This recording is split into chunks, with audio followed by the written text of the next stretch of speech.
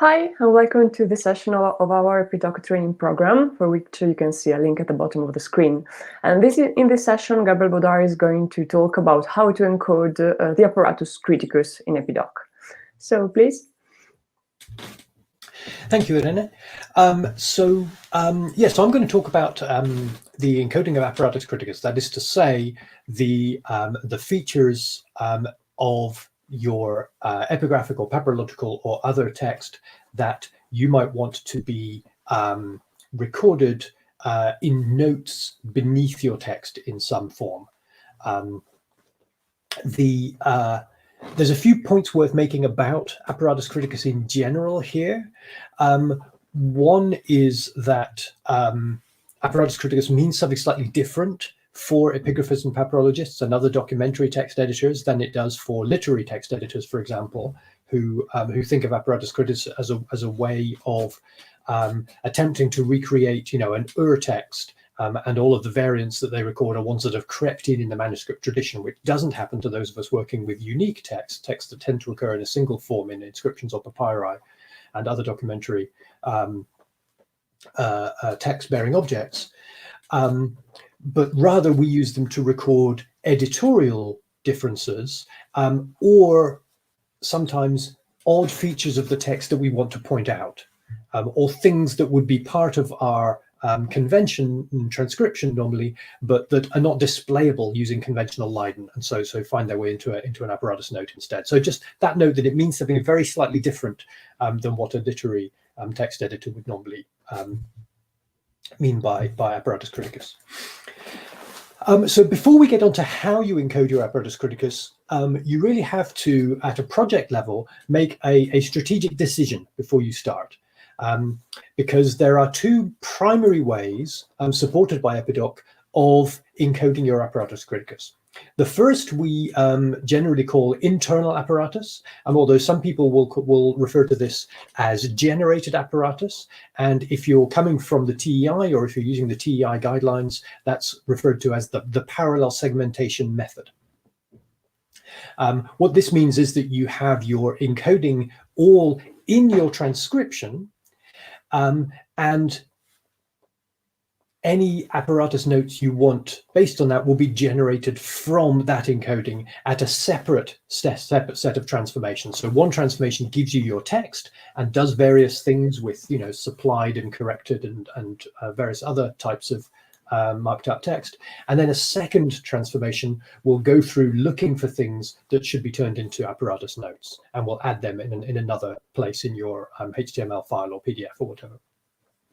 The second approach that you might choose to take is the external apparatus. This people sometimes refer to this as a standoff apparatus because you're making your notes outside of the text, not inside of the text, and they're pointing in to the text.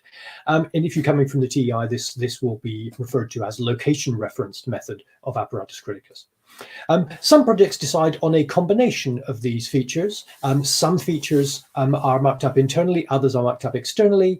You might even have more than one apparatus that are generated in different ways, or something completely different might be encoded in there. But these are the two basic ways of encoding your apparatus, and we'll see examples. Most of the examples I show won't be entirely one or the other. They include features of both. In some of these examples. But I'll start by talking about internal apparatus, because this is in some ways fairly intuitive to us once we're talking about moving all of our encoding into EpiDoc XML. In this, we can encode in the transcription all sorts of variants, editorial corrections, and other features that we want to make notes on because we cannot say enough about them in the transcription itself without cluttering up the transcription and making it unreadable. Okay, some of the features that we might encode in here have been discussed in another presentation on editorial corrections that I'll therefore only have very brief examples of in this presentation. And if you want to see an example of a project that has used internal apparatus to generate a very rich Apparatus Criticus, look at the entries in papyri.info where there is no external apparatus at all, and many features that turn up in the transcribed text, including highlighted letters, including editorial normalization, including previous editions, all of those things are encoded in the text, and a very long apparatus, in theory, can be generated from that text as a series of effectively footnotes beneath the text. The code to generate this is very complex, made even more complex by the added requirement that appeared late in the project to have a human readable version of the Apparatus Criticus. So not saying L dot a word, but saying this is what is on the stone, and we understand it to mean, as a prose natural English transformation of it. But in any case, that's a very complex set of code. There is in the reference style sheets of EpiDoc, as deployed in the FS tool, there is a very simple example of this code. That code is all in there as well if you wanted to use it, but there's also a very simple version of this code that just takes a few features that you might find in a text and generates an internal apparatus from them for you if you turn that feature on in your style sheets. So an example of this, here's the Duke Databank example I was talking about, the prepared info example. There are several features in here that are corrections, editorial corrections, and so, for example, here the text has been written one way in the papyrus itself, and that is what is transcribed. But there's a footnote saying, normally we would read we would read cat there, because ethos doesn't begin with a rough breathing, right? So, but it's leaving the original spelling in the text, and this is one of the places where you would mark it up the same way, even if what you wanted to do in your edition was to put the corrected version in the text, and in the apparatus say, well, the papyrus actually says cath, but we've corrected it in the text. Okay, you'd still mark up the same thing in both cases. Again, this was all discussed under editorial corrections. Another example of a project that does something slightly more complex with internal apparatus is this is from the Ancient Inscriptions of the Northern Black Sea project. You see, in addition to having an Apparatus Criticus below the text, which gives alternative editorial readings, these are previous interpretations of this text have been read in a different way. Above that, and just still inside the grey box that contains the text up here, is a mini internal app, and this has been generated from the markup on line 6 in the text, and it's created this mini app in here, and that's a different kind of app. So editorial readings are recorded in the Apparatus Criticus, and editorial corrections are given just in the as observations below the text itself. And so the Apparatus Criticus in this case is an external app, and the little editorial readings thing is what we call an internal apparatus. Okay, I'm going to use a slightly different example to illustrate this to start with. So, as I've said, the internal apparatus works by marking up the text internally, marking up these features internally in the text, and then the apparatus beneath it is generated from that. So here's another example from the Duke Databank, a simpler example just for this case, and it's the third of those corrections that I'm going to focus on here. This is where the text reads opter, but the apparatus says line 4. This reading is from Berechtigungslist 13-270. Opter was in the original edition.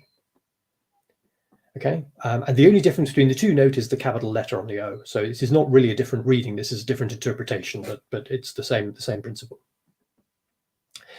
The way this is encoded in the Duke Databank is we have in the text itself, remember the apparatus is entirely generated. There is no apparatus in the XML file. This is generated from the XML of the transcription only for the web page.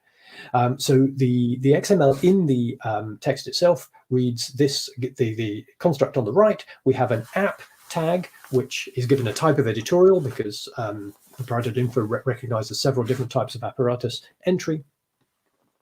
And the app contains both a lem and a reading. The lem is just the reading that appears in the text, the reading that we consider the right reading. And the reading below the RDG is any other reading. So there can be multiple readings there. And in this case, slightly counterintuitively, the current reading has a source and the older reading doesn't. But that's just a peculiarity of the Duke databank. We would very often, I think, do it the other way around, right? We'd say the current reading is us, so we don't need to give a source, and the older reading, we do want to say who it is from. But in any case, you do exactly the same thing. The source attribute, as discussed in the in a presentation on referencing and responsibility, also in this program, says, the content of this element is from the following bibliographic source. And in this case, it's saying BL 13270. That's a link to a bibliographical reference canonically. So it's simply saying another editor reads this as opter with a capital O, as if it were a name, but the current editor, the one that we prefer, reads it as opter as the preposition rather than as the proper noun.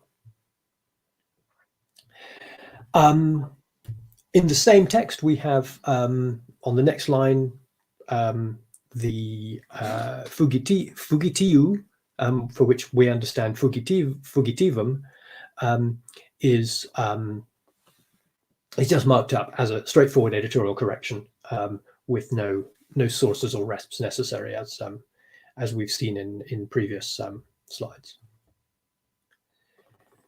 And this can generate both the text in the edition and the text in the apparatus, as we've seen before.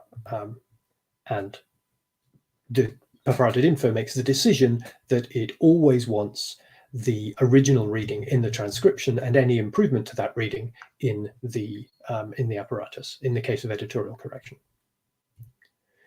To go back to that Black Sea example from earlier, I'll just put the encoding for that up because that's quite a cute example. In that case, we have both in the text itself quite a bit of markup, much of which is able to be rendered in Leiden. So we have 2 supplements plus 1 corrected letter. But because that is so complicated, it becomes quite hard then to see what was actually on the stone in that case. We're able to generate from that, any word that contains corrections of that kind also generates this completely automatically using the style sheets, this note below the text saying that what we actually see on the stone is just alpha, an unclear character or a missing character, theta, 2 missing characters, tau, alpha, upsilon. And that is what we have decided is both damaged and slightly miscut, and was intended to be authentic. So it's a complicated case, which is why it's useful to show what's actually on the stone in there beneath it. And if you see, all of that is encoded as a single string of characters over on the right hand side there. It's got a word encapsulating it all, and then these 3 different constructs, two supplied reason losts, and then 1 choice, which contains both the core. This is the omicron that appears in the text, and the seek, which is the alpha that only appears in the mini apparatus entry beneath it. So note that in this case, the inscriptions of the Black Sea project uses exactly the reverse decision from Apparatus.info. We put the corrected version in the text and the original version beneath the text. Apparatus.info would do the opposite. The encoding is the same in both corpora. They still use sick and core in the same direction rather than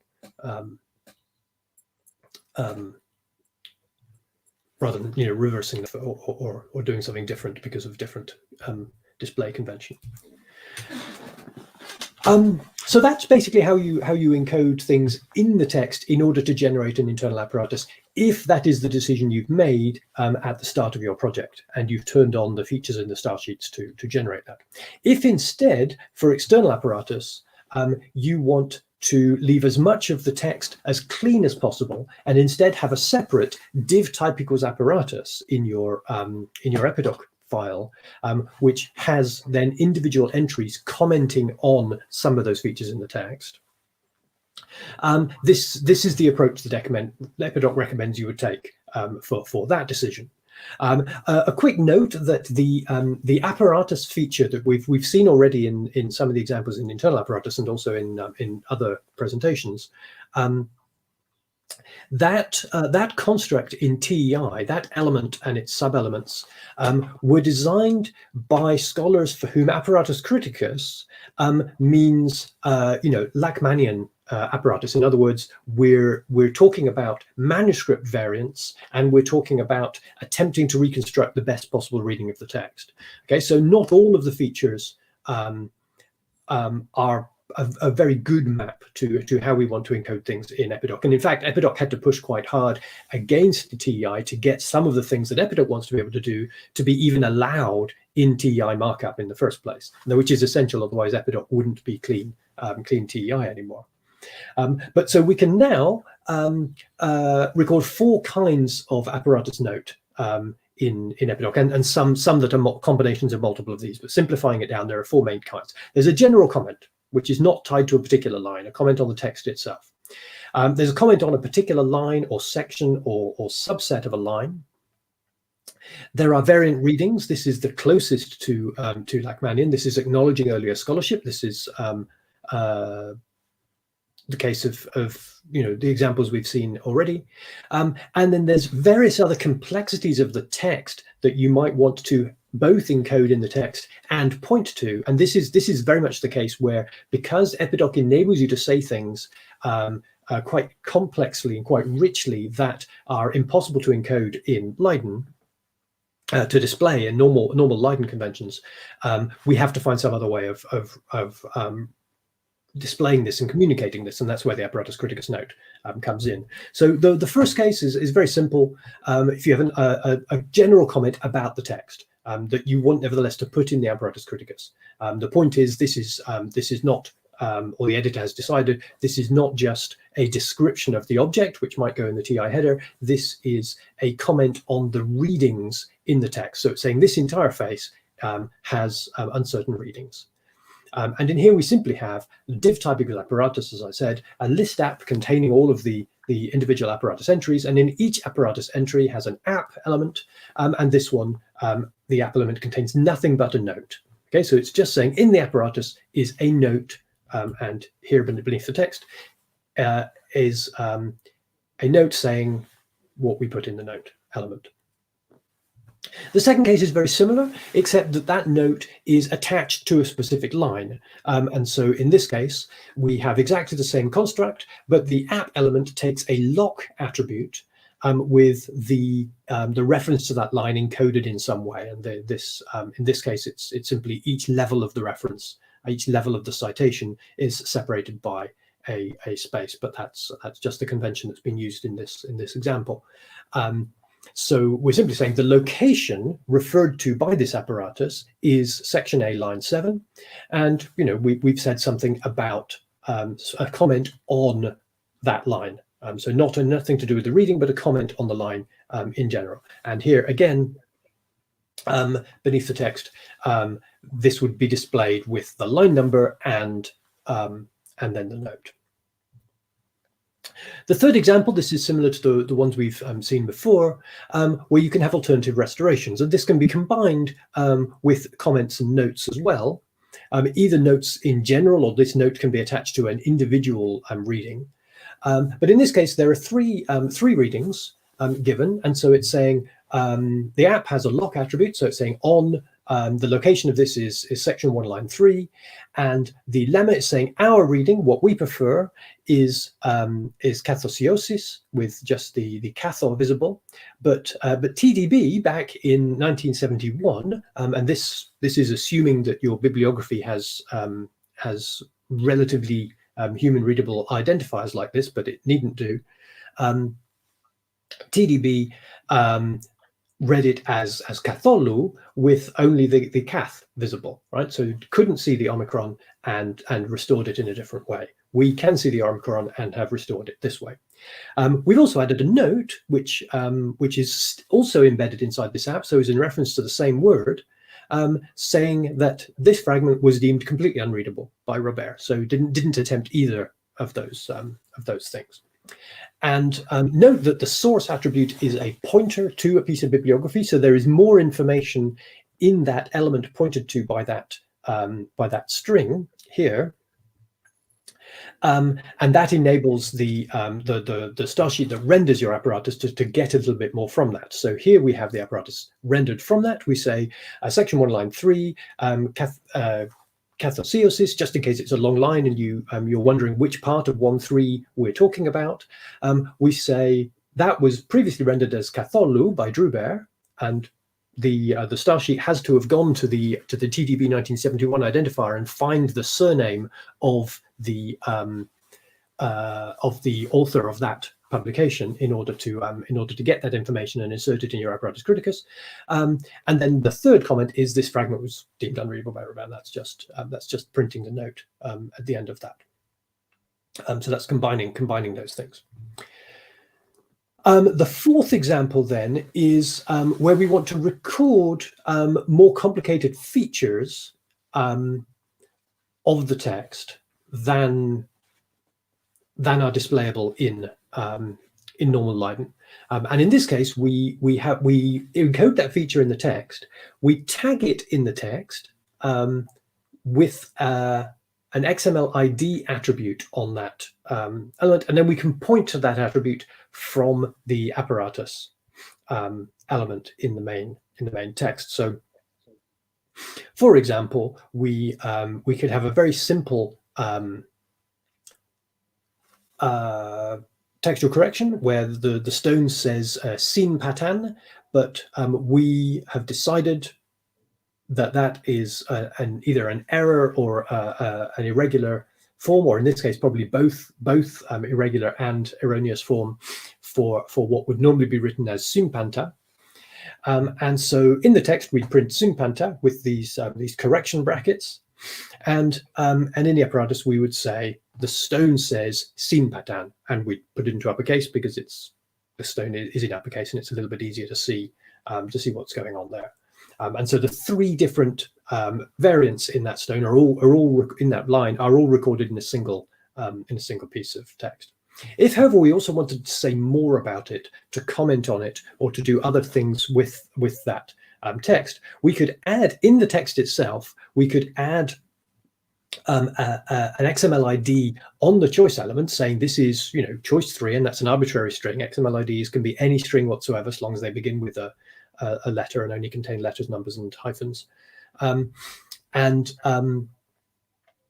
That means we can then, in the apparatus, rather than having a purely generated apparatus, we have in the list app, we say on line 12 location, pointing to the element that starts with pointing to the construct that starts with the element whose XML ID is choice 3.